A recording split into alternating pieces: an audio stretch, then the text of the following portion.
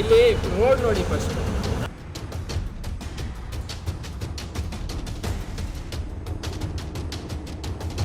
ಇದೆಲ್ಲ ಮಾಡಿದ್ರೆ ಮಾತ್ರ ಅವರಿಗೆ ಕಾನೂನು ಇರುತ್ತೆ, ಇದೆಲ್ಲ ಮಾಡ್ಸಕ್ಕಾಗಲ್ವಾ?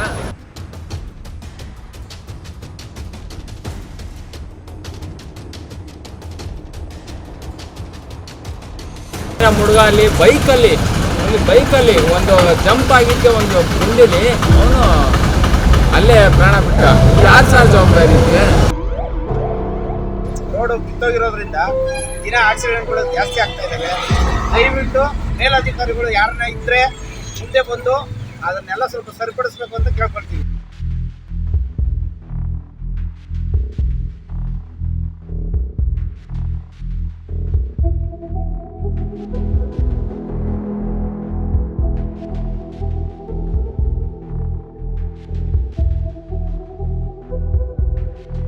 ನಮಸ್ಕಾರ, ಮೆಂಡೋ ನ್ಯೂಸ್ ನೆಟ್ವರ್ಕ್ಗೆ ಸ್ವಾಗತ. ನಾನು ರಮ್ಯಾ ಕೃಷ್ಣ. ಜನರ ಸುರಕ್ಷತೆಯನ್ನ ಕಾಪಾಡಬೇಕಾಗಿದ್ದಂತಹ ಸರ್ಕಾರ ಹಾಗೂ ಸರ್ಕಾರದ ಕೆಳಗೆ ಬರುವಂತಹ ಇಲಾಖೆಗಳು, ಅಧಿಕಾರಿಗಳು, ಸಿಬ್ಬಂದಿಗಳು ಜನರ ಸುರಕ್ಷತೆಯ ಬಗ್ಗೆ ಗಮನವೇ ಹರಿಸ್ತಾ ಇಲ್ಲ. ಈ ಒಂದು ಸಮಸ್ಯೆಯಿಂದ ಜನರ ಪ್ರಾಣ ಹೋಗುತ್ತೆ ಅಂದ್ರೂ ಕೂಡ ಅಧಿಕಾರಿಗಳು, ಇಲಾಖೆಗಳು ತಲೆಯನ್ನೇ ಕೆಡಿಸ್ಕೊಂತಾ ಇಲ್ಲ. ಸರ್ಕಾರದಿಂದ ಒಂದಿಷ್ಟು ಅನುದಾನ ಬರುತ್ತೆ, ಆ ಒಂದು ಕೆಲಸಗಳನ್ನ ಮುಗಿಸಿದ್ರೆ ಸಾಕು. ಯಾವ ಒಂದು ಗುಣಮಟ್ಟದಲ್ಲಿ ಮುಗಿಸ್ತೀವಿ ಅನ್ನೋದು ಯಾರಿಗೂ ಕೂಡ ಬೇಕಾಗಿಲ್ಲ. ಹಣ ಇಂತಿಷ್ಟು ಬರುತ್ತೆ, ಹಣವನ್ನ ಖರ್ಚು ಮಾಡಿ ಆ ಒಂದು ಕಾಮಗಾರಿಗಳನ್ನ ಮುಗಿಸ್ಬಿಟ್ರೆ ಸಾಕು. ಅದು ಸರಿಯಾಗಿ ಮುಗಿದಿಲ್ವಾ, ಜನರಿಗೆ ತೊಂದರೆ ಆಗುತ್ತಾ ಅಥವಾ ಉಪಯೋಗ ಆಗುತ್ತಾ, ಯಾವುದನ್ನು ಕೂಡ ಲೆಕ್ಕಿಸೋದಿಲ್ಲ. ಯಾಕಪ್ಪ ಈ ರೀತಿ ಹೇಳ್ತಾ ಇದ್ದೀನಿ ಅಂತ ದಾಸನಪುರ ಹೋಬಳಿಯ ಈ ಒಂದು ರಸ್ತೆಯಲ್ಲಿ ಜವರಾಯ ಕಾದು ಕುಳಿತಿರ್ತಾನೆ ಜನರ ಪ್ರಾಣವನ್ನ ತೆಗೆದುಕೊಳ್ಳೋದಕ್ಕೆ ಅಂತಾನೆ ಹೇಳ್ಬೋದು. ಯಾಕೆ ಅಂತ ಅಂದ್ರೆ ಉಸ್ಕೂರು, ಆಲೂರು, ದಾಸನಪುರ ಗ್ರಾಮ ಪಂಚಾಯತಿಗೆ ಸೇರಲ್ಪಡುತ್ತೆ ಅಂತ ಹೇಳಲಾಗುವಂತಹ ಈ ಒಂದು ರಸ್ತೆಯೇ ಸಂಪೂರ್ಣವಾಗಿ ಸರಿ ಇಲ್ಲ. ಈ ಒಂದು ರಸ್ತೆಯನ್ನ ದುರಸ್ತಿಯೇ ಮಾಡಿಲ್ಲ. ಈ ಒಂದು ರಸ್ತೆಯ ಮಾರ್ಗವಾಗಿ ವಾಟರ್ ಬೋರ್ಡ್ನವರು ಒಂದಷ್ಟು ನೀರನ್ನ ಸರಬರಾಜು ಮಾಡಬೇಕಾಗುತ್ತೆ, ಒಂದಷ್ಟು ನೀರಿನ ಕೆಲಸ ಮಾಡಬೇಕಾಗಿತ್ತು ಅನ್ನುವಂತಹ ಕಾರಣದಿಂದಾಗಿ ರಸ್ತೆಯನ್ನ ಅಗೆದಿರ್ತಾರೆ. ಅಗೆದು ಅವರ ಕೆಲಸವನ್ನ ಮುಗಿಸಿ ಎಷ್ಟೊಂದಷ್ಟು ಪೈಪ್ಲೈನ್ಗಳನ್ನ ಅಳವಡಿಸಿ ಗುಂಡಿಗಳನ್ನ ಏನು ತೆಗೆದಿದ್ರು ರಸ್ತೆ ಪಕ್ಕದಲ್ಲಿ ಅದೆಲ್ಲವನ್ನ ಕೂಡ ಮುಚ್ಚಿ ಹೋಗಿದ್ರು. ಆದರೆ ರಸ್ತೆಯ ಒಂದಷ್ಟು ಭಾಗಗಳು ಕೂಡ ಹದಗೆಟ್ಟಿತ್ತು ಕಾಮಗಾರಿ ನಡೆಯುವಂತಹ ಸಂದರ್ಭದಲ್ಲಿ. ಅದನ್ನ ಸರಿಪಡಿಸುವಂತಹ ಕೆಲಸವನ್ನ ಮಾಡಿಲ್ಲ. ನಾವು ಬಂದಿದ್ವಿ, ನಮ್ಮ ಕೆಲಸವನ್ನ ಮುಗಿಸಿದ್ವಿ, ಹೋದ್ವಿ ಅನ್ನೋ ರೀತಿಯಲ್ಲಿ ಹೋಗ್ಬಿಟ್ಟಿದ್ದಾರೆ. ನಾವು ಆ ಒಂದು ಕೆಲಸವನ್ನ ಸರಿಯಾಗಿ ಮಾಡಿದ್ದೀವಾ ಇಲ್ವಾ ಯಾವುದು ಕೂಡ ಗೊತ್ತಿಲ್ಲ. ಮಾಕಳಿಯಿಂದ ದೊಡ್ಡಬಳ್ಳಾಪುರಕ್ಕೆ ಸಂಪರ್ಕ ಕಲ್ಪಿಸುವಂತಹ ಈ ರಸ್ತೆ ಆಗಿತ್ತು 1 ಕಿಲೋಮೀಟರ್ 2 ಕಿಲೋಮೀಟರ್ ಮಾತ್ರ ಅಲ್ಲ, ಸಂಪೂರ್ಣವಾಗಿ ಈ ರಸ್ತೆ ಇದೇ ರೀತಿ ಇದೆ. ಕಲ್ಲು ಗುಂಡಿಗಳಿಂದ ಕೂಡಿದೆ, ಹುಬ್ಬು ತಗ್ಗುಗಳಿಂದ ಕೂಡಿದೆ. ಡಾಂಬರೀಕರಣ ಇರುವಂತಹ ರಸ್ತೆಯನ್ನ ಇವರು ಅಗೆದು ಮಣ್ಣಿನ ರಸ್ತೆಯನ್ನಾಗಿ ಮಾಡಿದ್ರು. ನಾವು ಟಾರನ್ನ ಹಾಕ್ತೀವಿ, ರಸ್ತೆಯನ್ನ ಸರಿಪಡಿಸ್ತೀವಿ, ಇದೆ ವಾಟರ್ ಬೋರ್ಡ್ ಇಂದ ಒಂದಷ್ಟು ಕಾಮಗಾರಿ ನಡೀತಾ ಇದೆ, ಅದೆಲ್ಲವೂ ಮುಗಿಲಿ ಅಂತ ಒಂದಷ್ಟು ಭರವಸೆಯನ್ನ ಸಾರ್ವಜನಿಕರಿಗೆ ನೀಡಿದ್ರು. ಆದ್ರೆ ಅವ್ರ ಕೆಲಸ ಮುಗ್ದಿ 1 ವರ್ಷ ಆಗಿದೆ. ರಸ್ತೆಯನ್ನ ಸರಿಪಡಿಸುವಂತಹ ಕೆಲಸವನ್ನ ಇದುವರೆಗೂ ಮಾಡಿಲ್ಲ. ಸಾಕಷ್ಟು ಜನರ ಪ್ರಾಣ ಹೋಗ್ತಾ ಇದೆ, ಆದ್ರೂ ಕೂಡ ಯಾರು ತಲೆ ಕೆಡಿಸ್ಕೊಂಡಿಲ್ಲ. ನೀವು ರಸ್ತೆಯನ್ನ ಗಮನಿಸಬಹುದು, ಇದೇನು ರಸ್ತೆಯೋ ಅಥವಾ ಮಣ್ಣಿನ ಗದ್ದೆಯೋ ಅನ್ನೋದೇ ಗೊತ್ತಾಗೋದಿಲ್ಲ.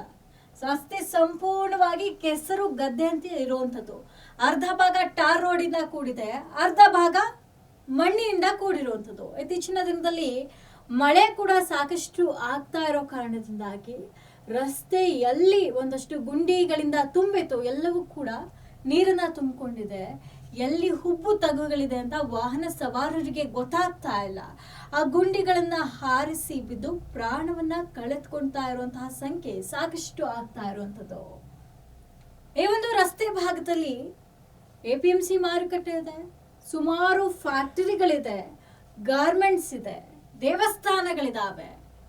ಸಾಕಷ್ಟು ಸವಾರರು ಸಂಚಾರ ಮಾಡುವಂತಹ ರಸ್ತೆ.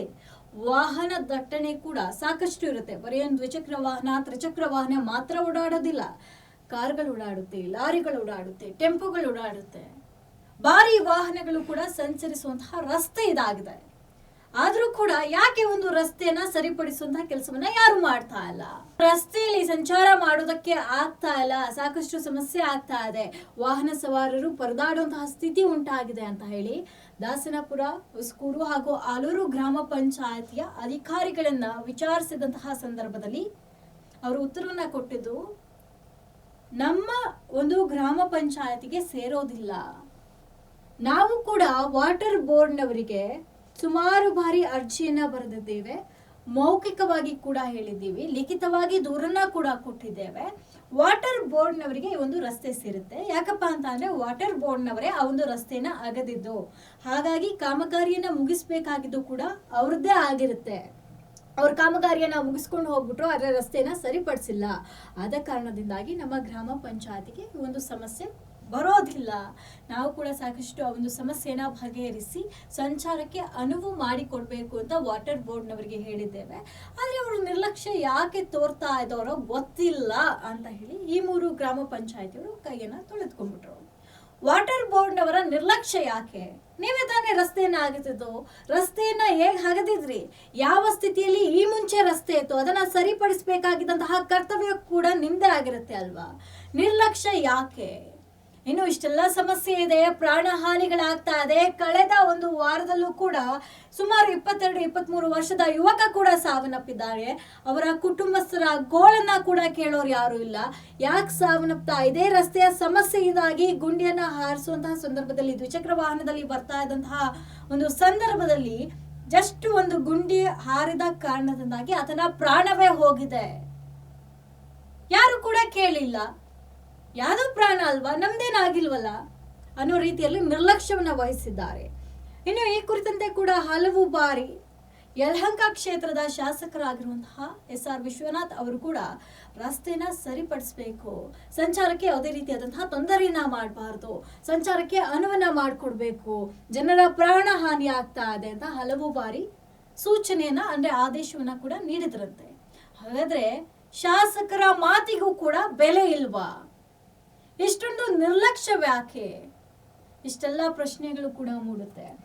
ನೀವು ರಸ್ತೆನ ಗಮನಿಸ್ತಾ ಇರ್ಬೋದು, ಯಾವ ರೀತಿಯಲ್ಲಿ ರಸ್ತೆ ಹದಗೆಟ್ಟಿದೆ ಅಂತ. ಅದು ಯಾವ ರೀತಿಯಲ್ಲಿ ಸಂಚಾರ ಮಾಡ್ತಾರೋ ಇಲ್ವೋ ಗೊತ್ತಿಲ್ಲ.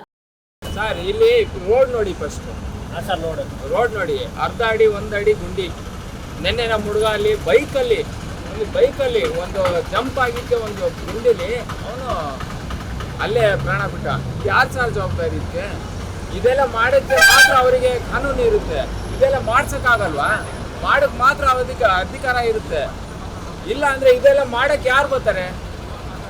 ಅದಕ್ಕೆ ಹೇಳ್ತಿರೋದು, ಇಲ್ಲಿ ಬಂದು ನೋಡ್ಬೇಕು, ಅವರು ಮೇಲಧಿಕಾರಿಗಳು ಬಂದ್ಬಿಟ್ಟು ನೋಡ್ಬಿಟ್ಟು ಏನಿದೆ ಏನು ಪರಿಶೀಲನೆ ಮಾಡಿ ಎಲ್ಲ ಮಾಡ್ಬೇಕು, ರೋಡ್ ಆಗ್ಬೇಕು. ಇನ್ನೊಂದು ಹೇಗೆ ಗೊತ್ತಾದ, ಇವ್ರದ್ದೆಲ್ಲ ರಾಜಕೀಯ ಸರ್, ರಾಜಕೀಯ ಜಾಸ್ತಿ. ಅಲ್ಲ ಇಷ್ಟು ಇವಾಗ ರಾಜಕೀಯ ಆಯ್ತು, ಇವಾಗ 1 ವರ್ಷ ಆಯ್ತು ಬಂದು, ಇವತ್ತಿನವರೆಗೂ ರೋಡ್ ರೆಡಿ ಮಾಡಕ್ ಬೇಕಾ? ಇಷ್ಟು ದಿನ 6 ಕಿಲೋಮೀಟರ್ ರೋಡ್ಗೆ ಬೇಕಾ? ಯಾವ್ದಾದ್ರು ಮೇಲಧಿಕಾರಿಗಳು ಬಂದು ಪರಿಶೀಲನೆ ಯಾರು ಮಾಡವ್ರೆ ಹೇಳ್ಬಿಡಿ ನೋಡೋಣ, ಅವ್ರು ಹೇಳ್ಬಿಡ್ಲಿ ನೋಡೋಣ. ಈ ಕಡೆ ಬರ್ಬೇಕು, ಒಂದ್ಸರಿ ಅವರು ಬರ್ಬೇಕು ಸರ್. ಅವರು ನಮ್ಮ ಉಸ್ಕೂರು ರೋಡಲ್ಲಿ ಪ್ರತಿಯೊಂದು ದಿವಸನೂ ಆಕ್ಸಿಡೆಂಟ್ಗಳಾಗ್ತವೆ, ರೋಡ್ ಟ್ರಾಫಿಕ್ಗಳಾಗ್ತದೆ. RMC ರೋಡಲ್ಲಿ ಟ್ರಾಫಿಕ್ ಆಗ್ತಾ ಇದೆ. ಪ್ರತಿಯೊಬ್ಬರೂ ಈ ರೋಡು ಕಿತ್ತೋಗಿರೋದ್ರಿಂದ ದಿನ ಆಕ್ಸಿಡೆಂಟ್ಗಳು ಜಾಸ್ತಿ ಆಗ್ತಾ ಇದ್ದಾವೆ. ದಯವಿಟ್ಟು ಮೇಲಧಿಕಾರಿಗಳು ಯಾರನ್ನ ಇದ್ದರೆ ಮುಂದೆ ಬಂದು ಅದನ್ನೆಲ್ಲ ಸ್ವಲ್ಪ ಸರಿಪಡಿಸ್ಬೇಕು ಅಂತ ಕೇಳ್ಕೊಳ್ತೀವಿ.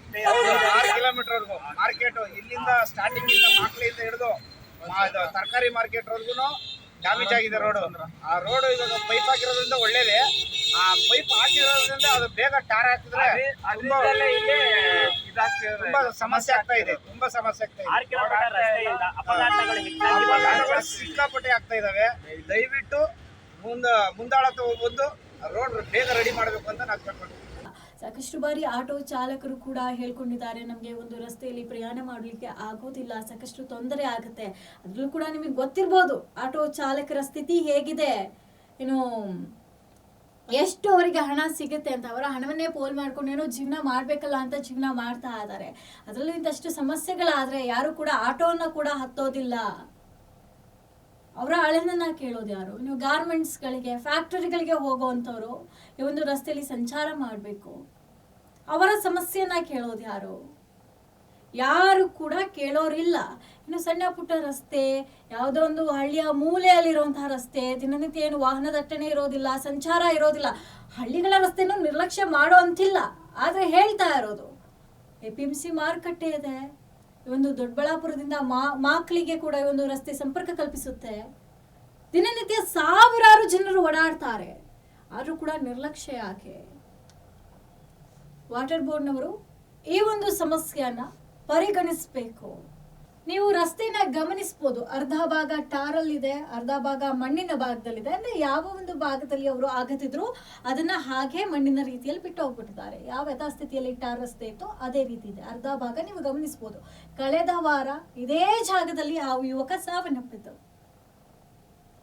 ಹಾಗಾದ್ರೆ ಪ್ರಾಣಕ್ಕೆ ಬೆಲೆಯೇ ಇಲ್ವಾ? ಕೇವಲ ಆ ಯುವಕನ ಉದಾಹರಣೆ ಅಂತ ಅಲ್ಲ, ಸಾಕಷ್ಟು ವಾರಕ್ಕೊಂದು ಅಪಘಾತಗಳಾಗ್ತಾ ಇದೆ. ತಿಂಗಳಿಗೆ ಅದೆಷ್ಟು ಜನ ಸಾವನ್ನಪ್ತಾ ಇದ್ದಾರೋ ಏನೋ. ಆದ್ರೂ ಕೂಡ ಇದುವರೆಗೂ ಯಾರು ಕೂಡ ಒಂದು ಸ್ಥಳಕ್ಕೆ ಬಂದಿಲ್ಲ, ನಿಮ್ಮ ಸಮಸ್ಯೆನ ಬಗೆಹರಿಸ್ತೀವಿ ಅಂತ ಕೇಳಲಿಲ್ಲ. ಎಲ್ಲರೂ ಕೂಡ ನಿರ್ಲಕ್ಷ್ಯವನ್ನ ವಹಿಸಿರುವಂಥದ್ದು. ಸಮಸ್ಯೆನ ಇದೆ, ನಮ್ಗೇನಾಗಬೇಕು? ನಮಗೆ ಸರ್ಕಾರದಿಂದ ಸಂಬಳ ಕೊಡ್ತಾ ಇದ್ದಾರೆ, ಸಂಬಳವನ್ನ ತೆಗೆದುಕೊಂತಾ ಇದೀವಿ, ನಾವು ಆರಾಮಾಗಿದ್ದೇವೆ. ಜನರ ಸಮಸ್ಯೆನ ನಾವ್ಯಾಕೆ ಕೇಳೋಣ ಅನ್ನೋ ರೀತಿಯಲ್ಲಿ ನಿರ್ಲಕ್ಷ್ಯತನವನ್ನ ಮಾಡ್ತಾ ಇದ್ದೀರಾ. ಆದ್ರೆ ಇದು ಸರಿಯಲ್ಲ. ಜನರ ಸಮಸ್ಯೆನ ಕೇಳಬೇಕಾಗಿರೋ ನೀವು, ಜನರ ಸಮಸ್ಯೆನ ನಿವಾರಿಸಬೇಕಾಗಿರೋ ನೀವು, ನಿಮ್ಮ ಕೈಲಿ ಅಧಿಕಾರ ಇರುತ್ತೆ. ನೀವು ಜನರ ಸಮಸ್ಯೆನ ನಿವಾರಿಸೋಕೆ ಅಂತಾನೆ ಆ ಒಂದು ಜಾಗಕ್ಕೆ ಬಂದು ಕೂತಿರ್ತೀರಾ. ಇಷ್ಟೆಲ್ಲ ಸಮಸ್ಯೆಗಳನ್ನ ಪರಿಗಣಿಸಿ ಆದಷ್ಟು ಬೇಗ ಏನೋ ಉಸ್ಕೂರು, ಆಲೂರು ಹಾಗೂ ದಾಸರಪುರ ಗ್ರಾಮ ಪಂಚಾಯತಿಗೆ ಸೇರಲ್ಪಡುತ್ತೆ ಅನ್ನೋಂತಹ ರಸ್ತೆ ಏನಿದೆ, ಈ ಒಂದು ರಸ್ತೆನ ವಾಟರ್ ಬೋರ್ಡ್ನವರು, ಅದರಲ್ಲೂ ಕೂಡ ವಾಟರ್ ಬೋರ್ಡ್ನವರೇ ಇದು ತಪ್ಪು ನೇರವಾಗಿ ಅಂತ ಎದ್ದು ಕಾಣಿಸ್ತಾ ಇದೆ. ಯಾಕಂತಂದ್ರೆ ಅವರೇ ಪೈಪ್ಲೈನ್ ಕಾಮಗಾರಿಗೋಸ್ಕರ ಇಲ್ಲಿ ರಸ್ತೆನ ಆಗದಿತ್ತು. ಅವರು ಖುದ್ದಾಗಿ ಒಂದು ಸಮಸ್ಯೆಯನ್ನ ಪರಿಗಣಿಸಿ ಸಮಸ್ಯೆಯನ್ನ ಬಗೆಹರಿಸಬೇಕು ಅನ್ನೋದೇ ನಮ್ಮ ಒಂದು ಚಾನೆಲ್ನ ಮನವಿ ಆಗಿತ್ತು. ಜನರ ಸಮಸ್ಯೆಗೆ ಸ್ಪಂದಿಸಿ ನೀವು ಜನಸ್ನೇಹಿ ಅಧಿಕಾರಿಗಳಾಗಿ ಕೆಲಸವನ್ನ ನಿರ್ವಹಿಸಬೇಕು ಅನ್ನೋದು ನಮ್ಮೆಲ್ಲರ ಮನವಿಯಾಗಿದೆ. ಇನ್ನು ಎಷ್ಟು ದಿನದ ಒಳಗೆ ಒಂದು ಸಮಸ್ಯೆನ ಪರಿಹರಿಸ್ತಾರಾ, ಇನ್ನೂ ಕೂಡ ನಿರ್ಲಕ್ಷ್ಯವನ್ನ ವಹಿಸ್ತಾರಾ, ಎಲ್ಲವನ್ನು ಕೂಡ ಎಲ್ಲ ವಿಚಾರಗಳನ್ನ ಕೂಡ ನಾವು ಕೂಡ ಫಾಲೋ ಅಪ್ ಮಾಡ್ತೀವಿ. ದಯವಿಟ್ಟು ಈ ಒಂದು ರಸ್ತೆಗಳನ್ನ ಸರಿಪಡಿಸಿ ಜನರ ಸಮಸ್ಯೆಯನ್ನ, ಜನರ ಅಳಲನ್ನ ಕೇಳಬೇಕು ಅನ್ನೋದು ನಮ್ಮೆಲ್ಲರ ಮನವಿಯಾಗಿದೆ. ಇದಾಗಿತ್ತು ಇವತ್ತಿನ ವಿಶೇಷ. ಮತ್ತಷ್ಟು ಸುದ್ದಿಗಾಗಿ ಮೆಂಡು ನ್ಯೂಸ್ ನೆಟ್ವರ್ಕ್ನ ಫಾಲೋ ಮಾಡಿ ಹಾಗೂ ಸಬ್ಸ್ಕ್ರೈಬ್ ಮಾಡಿ. ಮೆಂಡು ನ್ಯೂಸ್ ನೆಟ್ವರ್ಕ್, ಸತ್ಯದ ಕನ್ನಡಿ.